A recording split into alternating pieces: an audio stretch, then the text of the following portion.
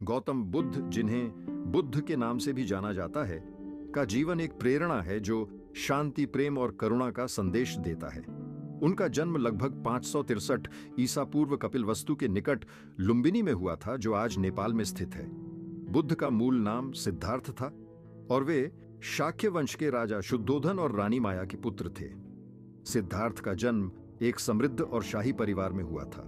उनके जन्म के समय एक भविष्यवाणी की गई थी कि वे या तो एक महान राजा बनेंगे या फिर एक महान संत। राजा शुद्धोधन अपने पुत्र को एक शक्तिशाली राजा बनाना चाहते थे, इसलिए उन्होंने सिद्धार्थ को संसार के दुखों और कठिनाइयों से दूर रखा। सिद्धार्थ का पालन पोषण महलों की सुख सुविधाओं में हुआ। उन्हें शिक्षा, युद्ध कला और शासन की कला सिखाई गई। उनकी शादी 16 वर्ष की उम्र में यशोधरा नामक राजकुमारी से हुई और उन्हें एक पुत्र राहुल की प्राप्ति हुई। सिद्धार्थ का जीवन महल के भीतर आनंदमय था, लेकिन एक दिन उन्होंने अपने रथ चालक चन्ना के साथ महल से बाहर जाने का निर्णय लिया। उन्होंने 4 प्रमुख दृश्य देखे। एक वृद्ध व्यक्ति जो बुढ़ापे की पीड़ा से ग्रस्त था, एक बीमार व्यक्ति जो रोग से पीड़ित था, एक मृत शरीर जिसे देखकर उन्होंने मृत्यु की अनिवार्यता को समझा, एक संत जो शांति और त्याग का प्रतीक था। इन दृश्यों ने सिद्धार्थ को गहरे चिंतन में डाल दिया। उन्होंने महसूस किया कि जीवन केवल सुख और समृद्धि तक सीमित नहीं है, बल्कि इसमें दुख, पीड़ा और अनिश्चितता भी है। 29 वर्ष की उम्र में सिद्धार्थ ने अपने परिवार और शाही जीवन को त्याग कर सत्य की खोज में निकलने का निर्णय लिया। वे गंगा के किनारे जंगलों में गए और कई वर्षों तक कठिन तपस्या की। उन्होंने अनेक गुरुओं से शिक्षा ली और ध्यान की गहन विधियां सीखी।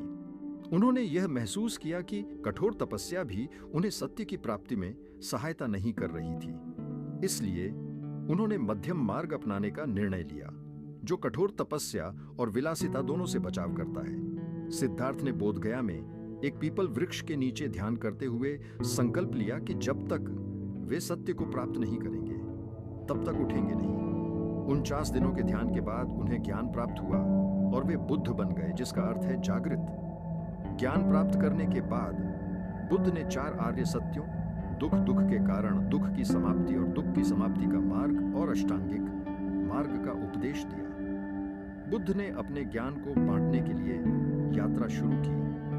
उन्होंने वाराणसी के पास सारनाथ में अपना पहला उपदेश दिया, जिसे धर्मचक्र प्रवर्तन के नाम से जाना जाता है। उनके शिष्यों की संख्या बढ़ने लगी और उन्होंने एक संघ की स्थापना की, जिसे संघ कहा जाता है। बुद्ध का उपदेश सरल और स्पष्ट था। उन्होंने जाति, धर्म और सामाजिक वर्ग के भेदभाव से ऊपर उठकर सभी को समान दृष्टि से देखा। उनके उपदेशों में अहिंसा, करुणा और ध्यान का महत्व बताया गया। 80 वर्ष की आयु में गौतम बुद्ध ने कुशीनगर में महापरिनिर्वाण प्राप्त किया। उनकी मृत्यु के बाद उनके अनुयायियों ने उनके उपदेशों को संगठित किया और बौद्ध धर्म की स्थापना की। गौतम बुद्ध ने मानवता को जो संदेश दिया, वह आज भी प्रासंगिक है। उनके उपदेश निम्नलिखित मुख्य सिद्धांतों पर आधारित थे: अहिंसा, सभी जीवों के प्रति दया और करुणा; मध्यम मार्ग, अत्यधिक भोग और कठोर तपस्या से बचते हुए संतुलित जीवन; ध्यान और आत्मनिरीक्षण, मानसिक शांति और आत्मज्ञान प्राप्त करने के लिए। गौतम बुद्ध का जीवन और उनकी शिक्षाएं यह सिखाती हैं कि मनुष्य अपने भीतर ही सुख और शांति का स्रोत ढूंढ सकता है। उनका जीवन उन सभी के लिए प्रेरणा है जो सत्य, करुणा और शांति की तलाश में हैं।